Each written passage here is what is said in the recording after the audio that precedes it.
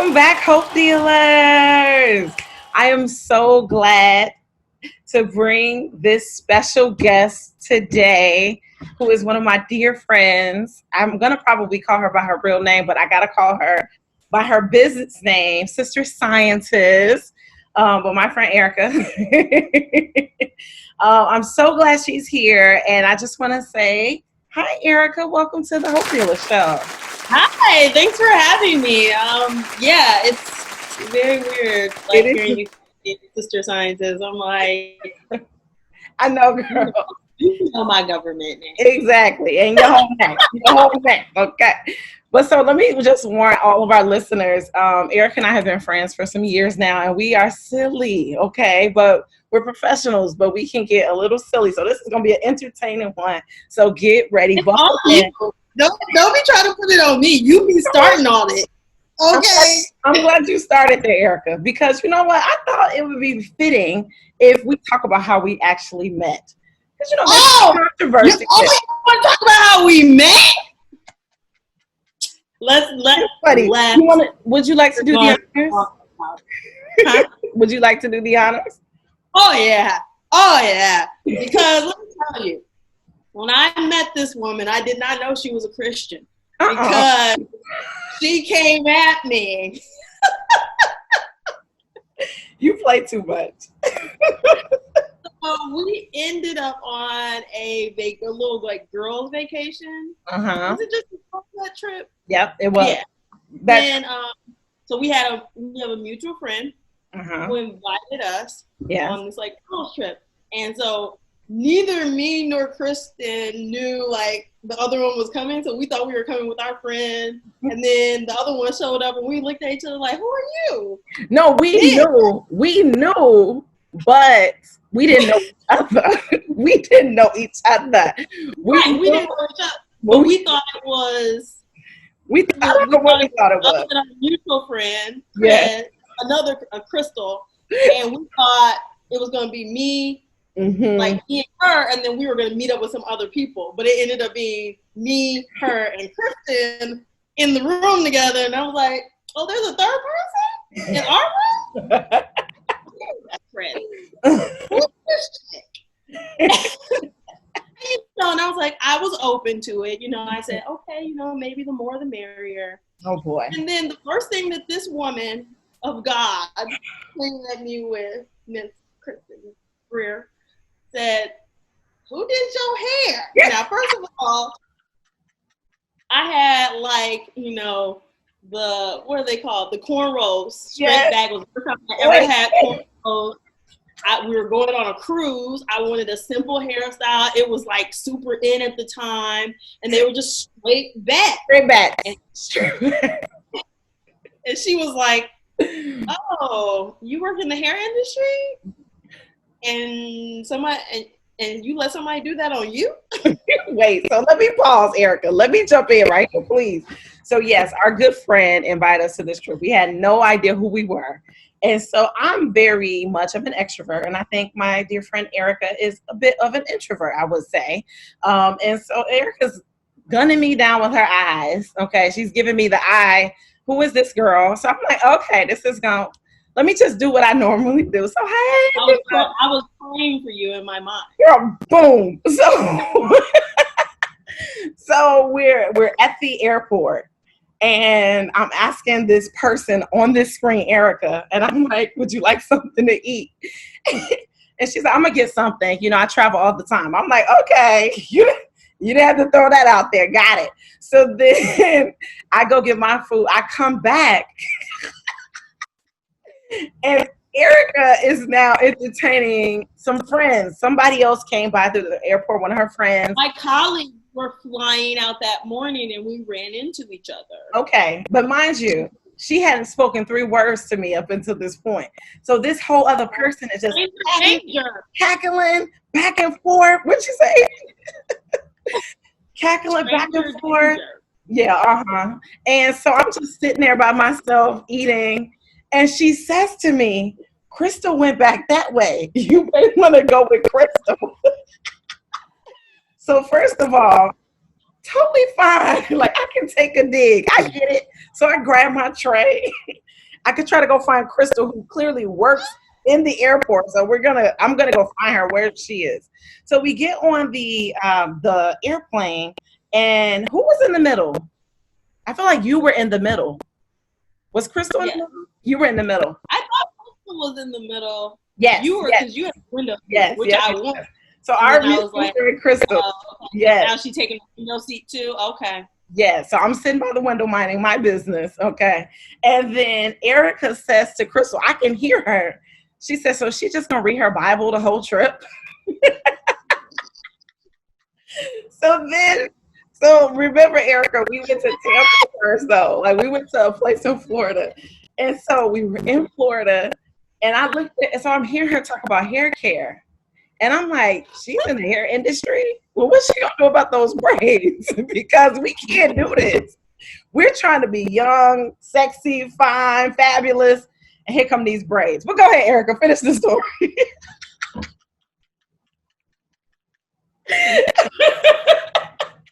Oh, okay.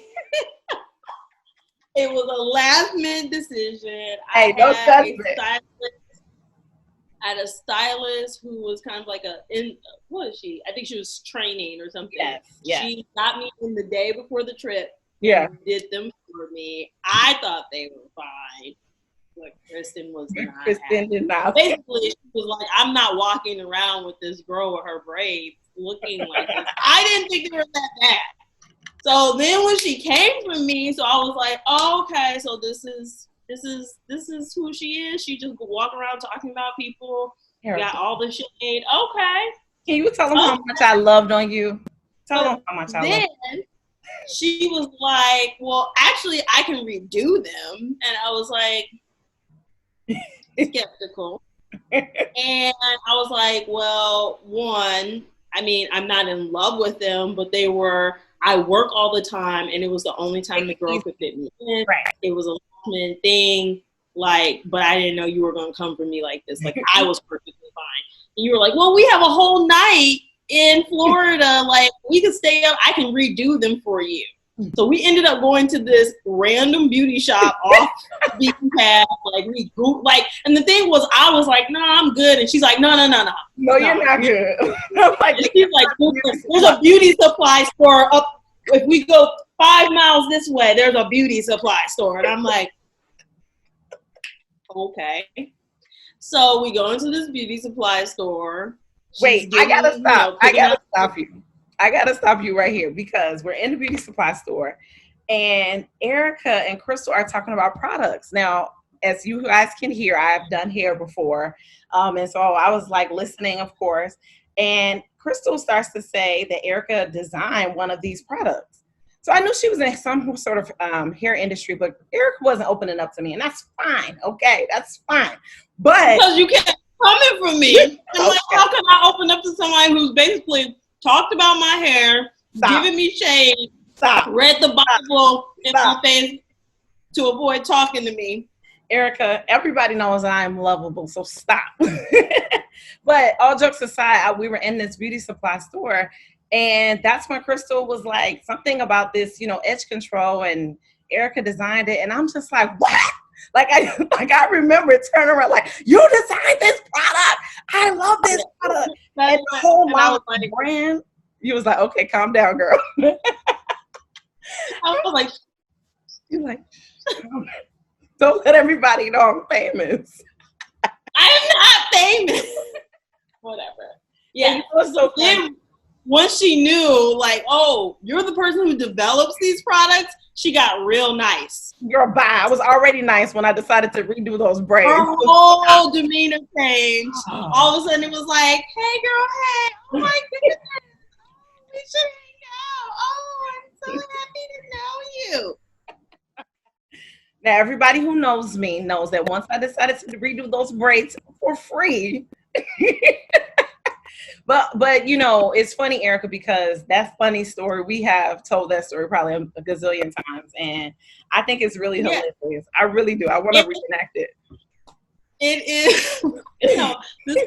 We could definitely do like a whole movie on that trip. Yes. Because what ended up happening was Kristin redid my braids, and they were bomb. I'm not even gonna lie. I was like, oh crap, she actually knows how to do some hair.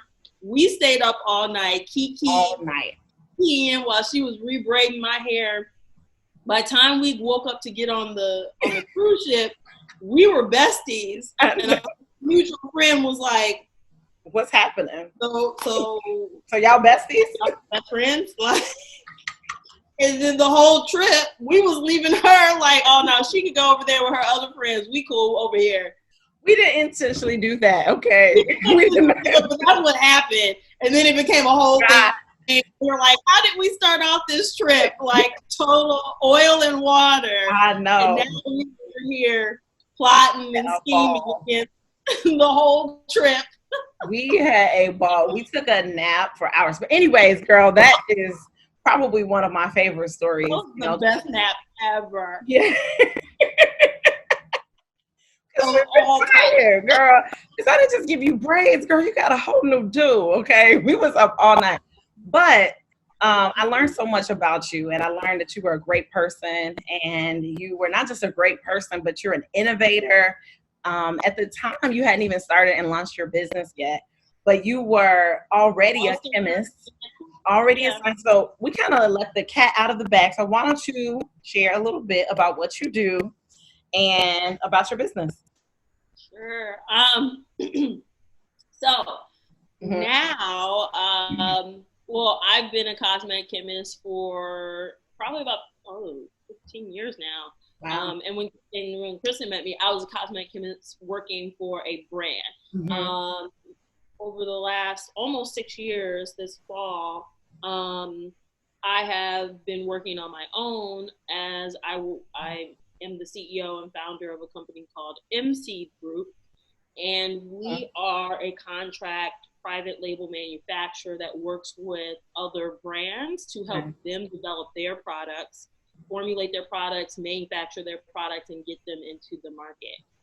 And so basically, I like to say I'm the brains behind the brands. So a lot of people who I work with might be celebrities, stylists, or just like an everyday mom, who has a really great idea for a product, or somebody who just thought up something and was like, how do I bring this idea that I have in my head to life? Right. And so people come to me to help me bring their ideas to fruition. MC Group is a lab. We also own a manufacturing facility. So once we make the products in the lab and test them, and then we make them, we scale them up and mass produce them in our plant. Wow. But we also help brands from a marketing and business development standpoint to help them, kind of navigate the beauty space. And I'm not sure if as a cosmetic chemist, my specialty is formulations in the beauty and personal care space. So that might be everything from hair care, skin care, sunscreen, bath and body, and we do some body fragrances and things like that. So everything in that realm of beauty falls under my umbrella of formulations that I work on to, shop to different companies, to different brands. And I'm also innovating and also helping other brands to, kind of bring their own ideas to life. So similar to the airport trip, Erica likes to kind of play the underplay a little bit. So I'm going to ask you, can you share a little bit about some of the brands that you have helped develop or? So, if I tell you, I got to kill you. That's the problem. So most people know me because I was the director of research and development for a company called ORS, which is well known for, they were once known as Organic Root Stimulator. They were known for the olive oil brand. So back in the day when the olive oil brand was like the it thing, the relaxer was like, we were the number one relaxer. We had hair mayo. We had the hair mayo. all that stuff. So I worked behind the scenes of that brand to help innovate and bring those products to market. I then went on to work,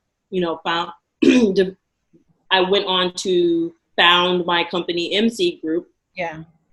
Where I work with a lot of different clients. So from startups, right, to larger Right. brands and all of that. That's great. Right.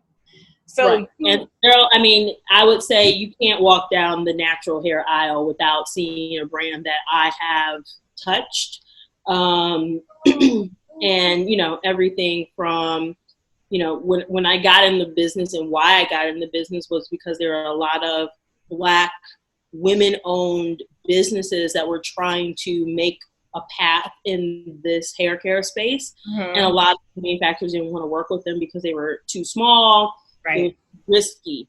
And so that was the catalyst behind starting MC Group, because I felt like the people who were controlling the barriers of entry into this market had no real kind of like connection or, you know, organic consumer connection to the market themselves.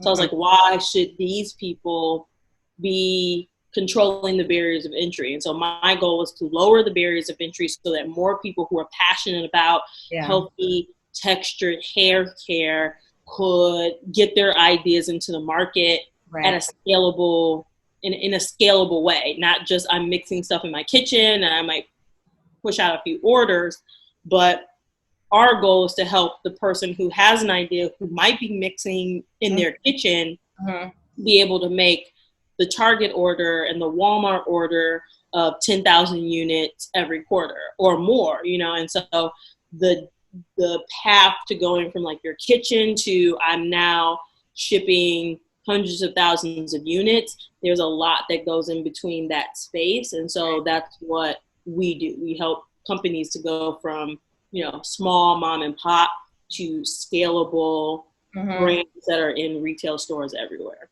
And I love that, just because you have, like, when I first met you, you were just like this hardworking person. You still are a very hardworking person. This is a vampire that you all are speaking to. Because she absolutely does. My secret weapon? Please. This is a kid's show. Okay. Oh, yeah. It's grape juice. So, no, but seriously, you work so hard, and I love to see how you transfer that passion to helping other, you know, businesses, small businesses, you know, mid-size, whatever the business, but helping them to fulfill their vision for their brand.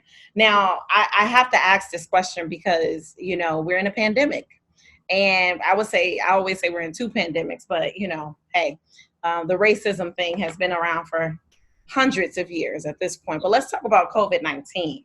How bad has that hit, you know, so many small businesses, entrepreneurs, and even the hair care industry? Yeah. So actually, you know, let me go into, you know, my praise closet real quick, because actually, you know, God has been real good during this pandemic. And although I am sensitive to how this has affected people in a number of negative ways, God has found a way to bring provision out of this pandemic for me and my world. Yeah. It's interesting because I'll give you a few examples. One, we service most of the smaller brands in the space. So these are the brands who may not have the Target contract, who may not be in Walmart yet, but they have really great online presence, and their e-commerce is doing well. Well, during the pandemic, a lot of people stopped shopping in retail, right? And so e-commerce business started to boom. And all of a sudden, we saw our smaller clients who were often putting in an order maybe once a quarter, all of a sudden was running through product in a month. Wow. And so right kind of as the quarantine really hit, we started to see an influx of demand for our clients who were predominantly e-commerce businesses, which was great. So they started having a really good year, but that means we have to deliver. That means when they get orders, they have to call us and say, hey, I just ran out of product, or I only have 2 weeks supply of product. can you make more product for me? And based off of our forecast, we were like, you ain't supposed to be calling for another 2-3 months. So, so it was a good problem, but it was a problem. Yeah. At the same time, we're based in the Chicagoland area. We, the quarantine stay-at-home order kind of came down, and then we had to decide, are we going to stay open? Because this is affecting all these companies. Right. At the time, we launched some hand sanitizer. We were already making some soap and cleaning products, or home cleaning products, things like that. And because of that, we were doing an essential business. Come on now. That's God. And so as an essential business, we were able to operate business as usual, right? Wow. Because we were making all of these essential products that were needed to maintain cleanliness and sanitize, and sanitizing the spaces. And that was really, the supply was low in the market. So they were really saying, if you can make it because we need it. Yeah. And luckily, we were in a position where, as a chemist, I literally was like, I can make a hand sanitizer formula real quick. I literally spent a night in the lab, came out, did the test, and got it, kind of submitted and approved. And we were ready to, launch within a week or two, so that alone allowed us to stay open during the time where most businesses were shutting down. And at the same time, we had even more orders coming through because our clients were seeing an influx in their demand. So although COVID has been, tremendously hard on a lot of people, a lot of companies, and the economy as a whole, we have been in this very sweet spot of where, stay ready so you ain't got to get ready. Once we were ready, we were able to leverage, opportunity, demand, low supply, and be able to kind of hit a sweet spot in pushing product in the market during a pandemic where most people couldn't get it. Wow. And so to date, we've done what we did in 2019 revenues wise, we closed in June. Wow. See, Erica, the teacher in me, I'm going to have to teach what you just shared, because you just inspire so much hope to the entrepreneur that is listening to this podcast or watching on the YouTube channel or even watching the live. You basically have shed some light on how to innovate, even in a pandemic, how to be prepared. Like you stated, you said because you had already gotten ready, these were things that you were already doing. Your preparation kind of opened up a door for you to be considered an essential business. And by the way, shameless plug, I love the hand sanitizers. I already told Erica I bought some for everybody I know. Yes. Kristin was like, you were like our first big order, and I was like, "Ooh, won't he do it?"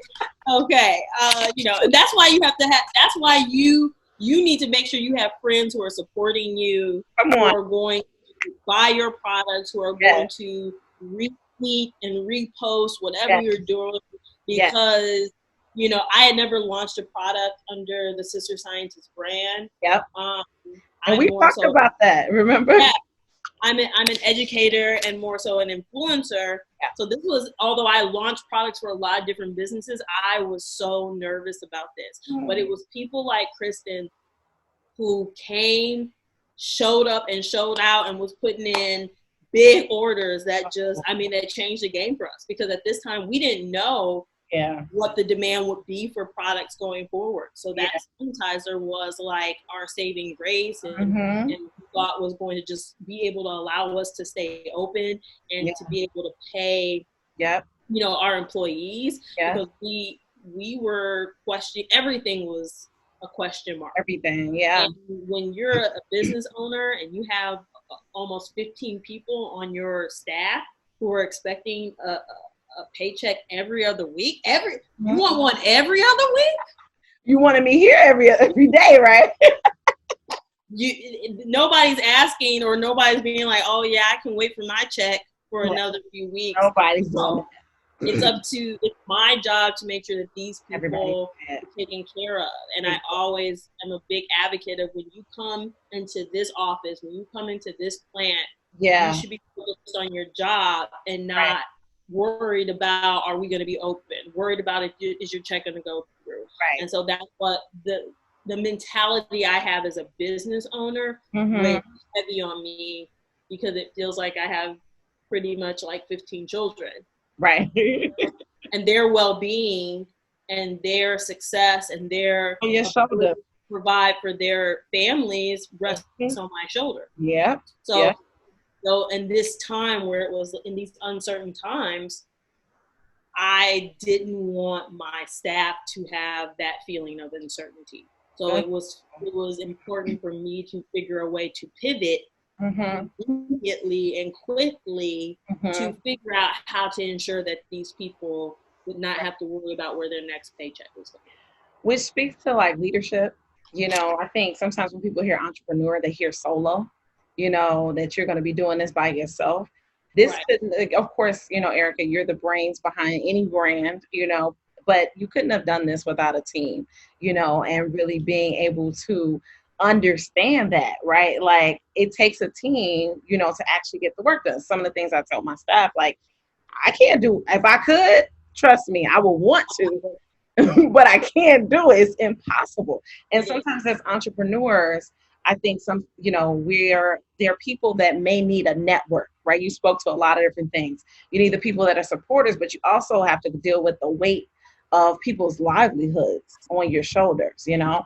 And so I just think about, how are you, you know, now, you know, just dealing with your team, you know? I mean, of course, I'm sure they're happy, but it sounds like we're going through another wave of this virus, and it's sweeping through. You know, what do you think is next for MC and Sister Scientists? So, and I don't without giving us everything. Yeah, right. So I wasn't clear on, so let me distinguish the difference between MC Group and Sister Scientists. So I like to think MC Group is like my B to B business. So that's business to business. I service other businesses in their ability to get products into the market. Sister Scientist is like that is my persona. That is where you find me on social media. People know me as, you know, the cool chemist who dances in her lab. And Sister Scientist is more so a personal brand that I like to think of as B2C, business to consumer, where I'm pushing education and really more so servicing the consumer with information. So the two businesses are separate, but people may come to Sister Scientist asking for help, but they may be really looking for services that MC offers. So it's kind of very intertwined. Right. They all serve their different purposes. But they serve their different purposes, right. So so right now, we, because of also with the second pandemic of just racism and the BLM movement, like this increased demand for Black-owned products. So that on top of already the increased demand for e-commerce goods, what put us over the top. So we're hiring like crazy to try to fill some empty spots in our current organization. And we expect to be in full-blown manufacturing production mode through the rest of the year. Usually around this time, we're still trying to figure out what the fourth quarter is going to look like. But right now, we are booked through the end of the year. Hallelujah. That's amazing, right? For a business. And so, you know, and that's a great place to be in. But it's also still a problem, because then how much business are you leaving on the table if you're at capacity? Right. Like a Popeye. So for me, it's for me looking at, is this sustainable growth? Is this a one-time deal that we're just kind of benefiting from? How can we leverage it to grow more? And And then also the concept of launching my own products is now, weighing heavy, because I've found that there is considerable demand for products under the Sister Scientist banner. Yeah. And that's a great problem to have too. And Right. the thing is that that's something I can easily do. I got products just sitting on the shelf screaming, let me out. Yeah. Let me out. Sure. I'm a witness. Right. So, and a lot of people in my close circle know that. Like, they're the ones, they're my test subjects. I'm like, here, go ahead, try that. Try that. Let me know. I'm back natural. And then, right. So, for me, it's really understanding this moment as a way to really be able to leverage what we have been able to accomplish in all of the increased demand that we've had over the last 2 or 3 months. Yeah. And how to sustain that and grow from there. So really, it's taking a problem and a societal problem, a global problem that everybody is experiencing, and figuring out how we can pivot and use the resources such as the CARES Act, which allowed us to tap into additional loans for the, PPP and the EIDL loans. Like, we were able to tap into some of those resources that helped us to hire more people, keep our staff, and give us kind of an additional runway to be able to do more. So being ready, having our business paperwork in check, having all of our business in order to where we could go and officially apply for these things, allowed us to tap into the resources that have helped us to propel, our way forward. And so it's kind of keeping that momentum and also just keeping a pulse on the market. What's happening? The consumer needs are changing, because now everybody is worried about, cleanliness. People are shopping online, and I just think people's priorities have changed. So understanding the market is very important to creating and launching products that tap into a consumer need. Right. And you have to understand what your consumer is looking for and what they need and what they desire in order to really hit the sweet spot. And you have to be, if you're not on the pulse of that and you keep kind of just trying to push whatever you were pushing before, you may be missing out on some opportunities that are there that's low-hanging fruit. And that was the example of the sanitizer. It was an example of low supply, high demand. We have resources.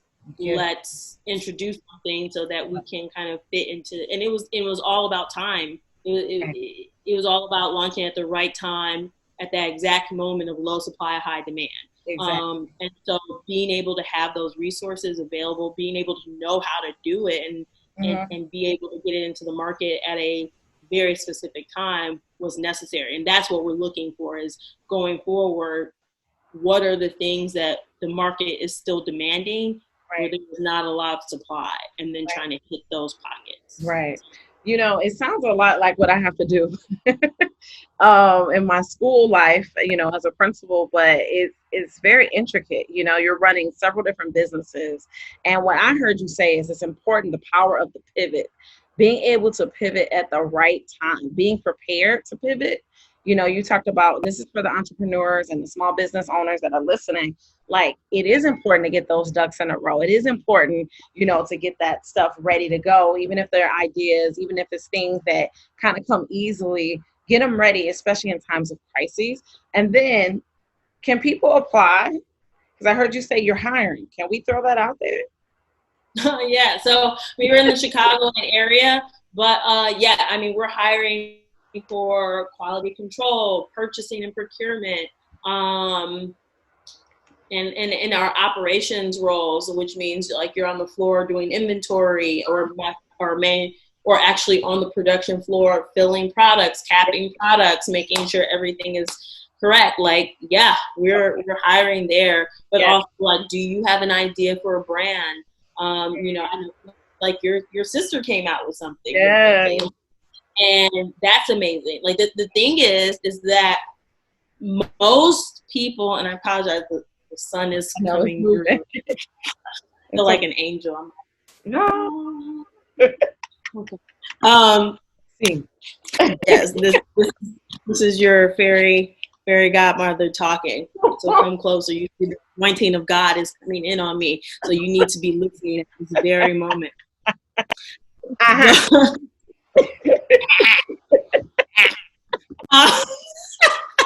Oh, God. I'm sorry. Weird. Okay, go ahead. Most empires, billionaires, millionaires, usually make the most amount of money in times of crises. There's a bad economy.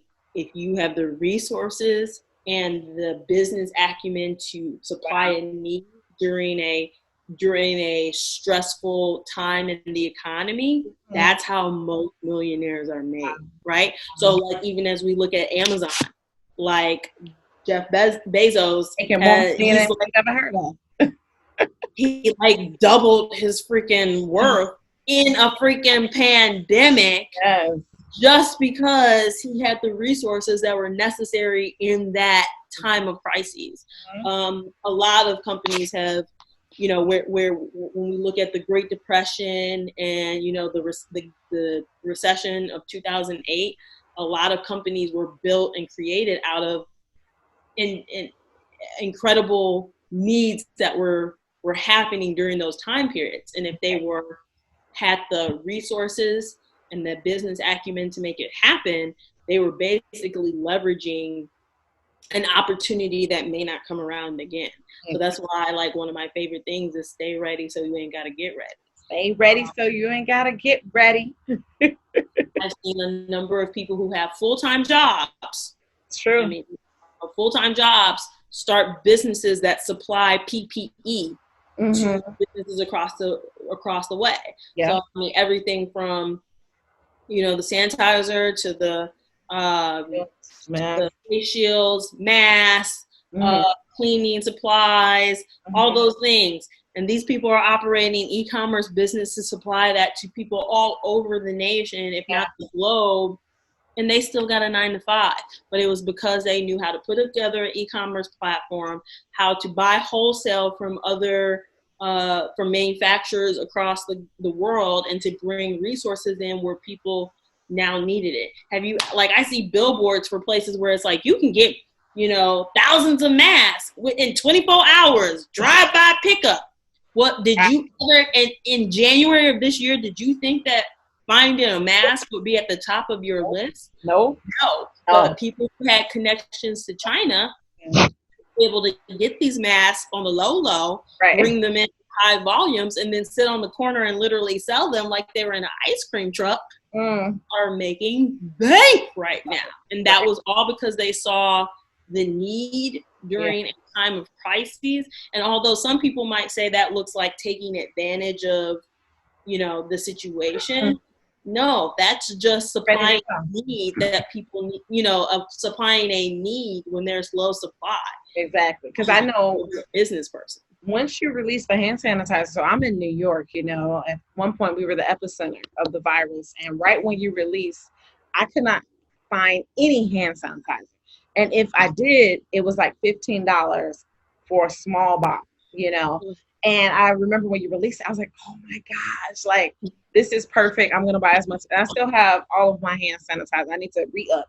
But, I'm just like, it's so important for you to be able to have something ready to go. You talked about how simple it was for you to design, to come up with the formula for the hand sanitizer. So I'm going to switch gears now, because a lot of our Hope Dealers are either in education, or they're students or they're parents of children or teenagers or young adults who may be, considering STEM fields or STEM related fields, or even entrepreneurship.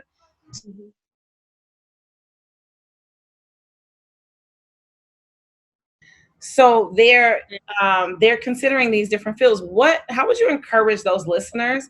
Because I love that you said that your chemistry background, your background as a chemist, was really just kind of like a simple formula for you to do because you learn so much, in school. We need to talk about that too, but we're going to put that to the side. It was a simple formula, but it's understanding the regulations, right? So they were telling people, oh, go and make your little own hand sanitizer. That's cool. But what are you going to do when you're selling on the market? What do you have to do? The paper test it out. What are the, what are the parameters around how you can actually sell this product on the market? And so having the understanding of that was key in order to putting it out. Yeah. That's the business mind. Right. And then from a formulation standpoint, that was, hand sanitizer is literally one of the easiest things you can do.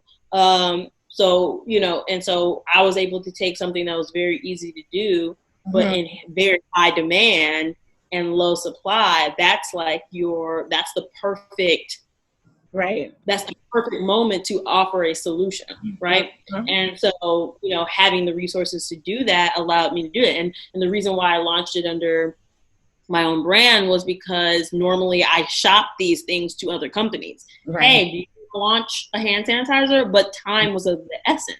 So it was like, I don't have time to convince some company to take this in wholesale quantities.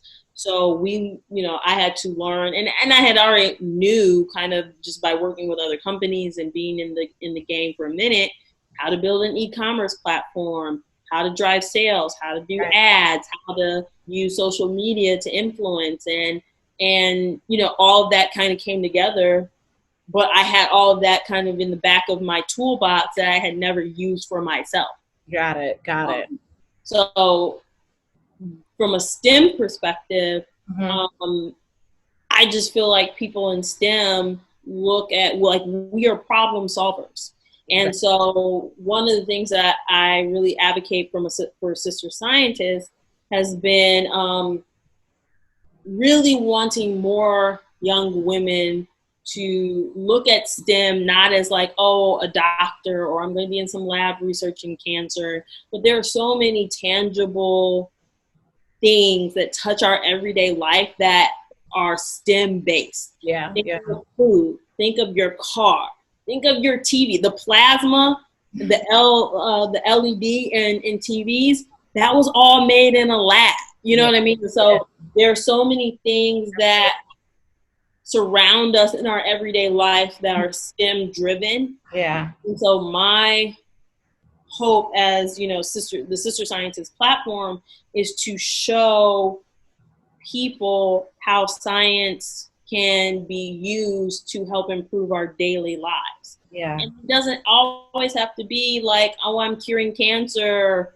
or COVID, but like every day to get these products on the market, there's so much science involved in making sure it's safe, making sure it meets certain requirements, making sure that's stable and that it can stay on the shelf for 3 years. And then on top of that, making sure that it actually works. And that's where I feel like for cosmetic science, what really drew me to this field was because cosmetic science is really like 50% science, but 50% art, because there is no right or wrong answer to, what's a great shampoo, because it's all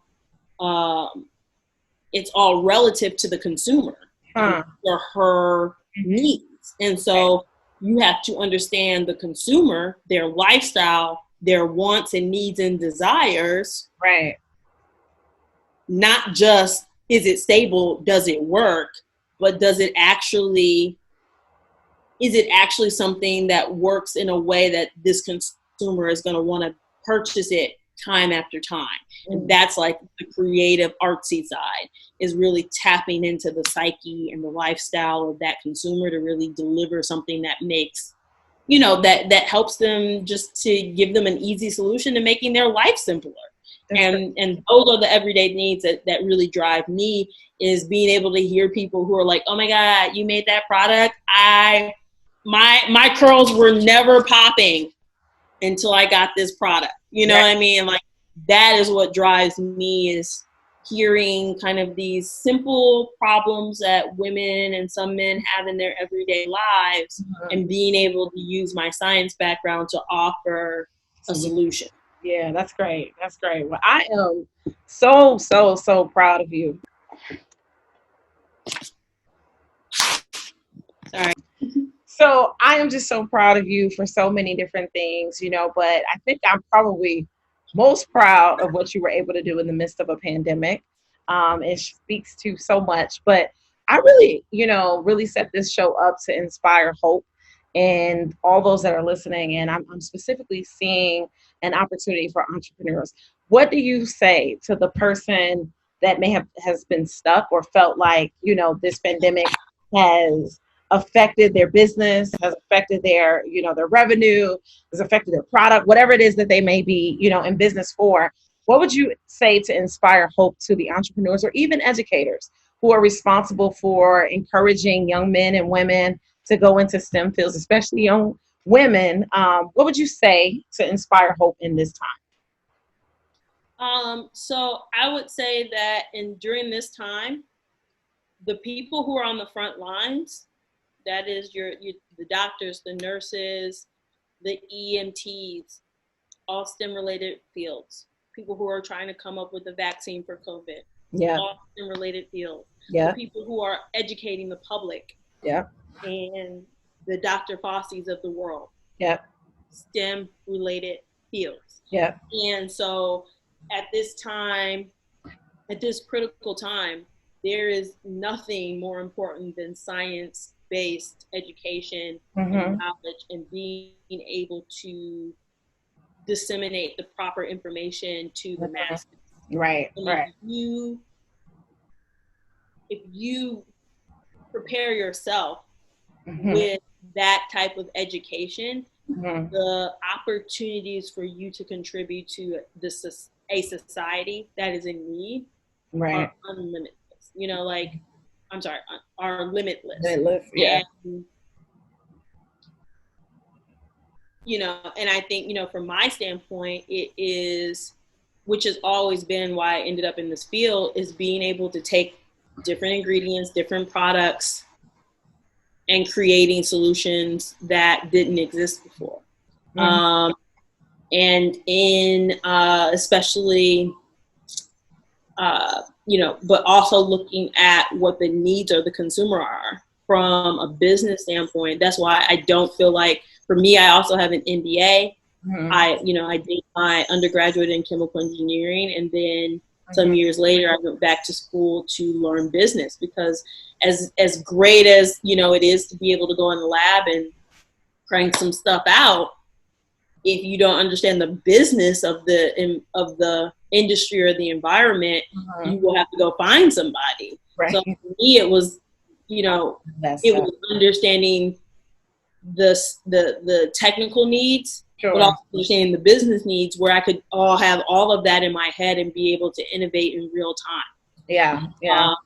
So, you know, for educators or for people who are trying to figure out, how do I recover? How do I, you know, find other ways to make money during this time? Everything is online now. From a STEM perspective, learn how to code, learn e-commerce business, learn how to do wholesale models. You don't even have to like be a chemist like me to develop a product, but you can find a chemist like me to help you develop a product. You can go into other markets that are doing wholesale and figure out how to buy, you know, in bulk and then sell at a premium price. To, you know, kind of to offer supplies that are in need during a critical time. You can use whatever business or whatever kind of skill set you have. There's now the Teachable platform and all of these kind of be able to launch classes where you can teach other people things that you know. I mean, I see people teaching classes on how to knit, or how to do graphic design, or how to, you know, and being able to offer classes and make money off of that is possible. So it's really finding something that you're passionate about, something that you already know, and then finding a way to getting it to the consumer who needs it the most, and figuring out how to monetize that. So, there's been everything from the lemonade stands to delivery to, people are just coming up with all types of creative ways through this pandemic. And I feel like there are a lot of innovative solutions that are coming from STEM related fields and prominent people in STEM related careers. But it's not just that. It's just knowing what the opportunity is, knowing what the consumer need is, and then finding a way to build that solution. That's great. That is great. Erica, oh my gosh. You are not only an innovator, a game changer, an influencer, a CEO, a founder, a chemist, a brand, but today you're a hope dealer. And I thank you so much for being on this show. I mean, we could talk for hours. I'm going to have to bring you back to hear about some of the amazing things you're continuing to do. But where can people find you? You, your brands, where can they find you? So follow me on all platforms at sisterscientist.com. That's sister with an ER spelled the King's English. Not sister, because people will be looking for SISTAAH. sisterscientist.com. And then on social media, Sister Scientist on IG, YouTube, Twitter, Facebook. You name it. I'll be on TikTok. Okay. I'll be on there with you. We got to do a TikTok together. Yeah. Let me tell you. That's when I realized how old I was. Because TikToks, I was like, how do I get where are you learning the? You know what? YouTube. Why don't you just tell everybody everything's online? How to create I am so thankful for you being on this show. And thank you for having me. Thank you for thinking that I can deal hope. Because some days as an entrepreneur, it'd be questionable. I'd be trying to find all the hope myself. So I love this platform. I love what you're doing. I think it is so necessary in this climate, especially. And I'm just so lucky to have you as a friend. Likewise, friend. Listen, guys, you guys have to check out Erica, Sister Scientist. I gotta get that right on all of her platforms. I could go for hours. This beautiful woman has inspired me in more than one way. She's seen me at my best and at my worst and all types of times. And I love you so much. And I want to thank you again for being on this show. See you later, Erica. Hope that you were able to gather something great from today. I mean, Erica, Sister Scientist, talked a lot about several different things, about preparation, about how to pivot in the midst of a crisis and a pandemic, about how it is important to be ready, okay? So you don't have to get ready, all right? Stay ready so you don't have to get ready. Whatever you are, whatever you're doing, I would like for you to share this, tag, please make sure this gets out to those that are in hair, those that are personal beauty, entrepreneurs, small business owners, maybe perhaps even those that are related to STEM field careers and in the industry. This message is for you. This is another Hope Dealers session on live, and I'm so thankful that you all joined with us. Again, I'm your host, Kristin Greer, and I hope that you remember that be the hope that you wish to see in the world. Thank you, Hope Dealers, for listening.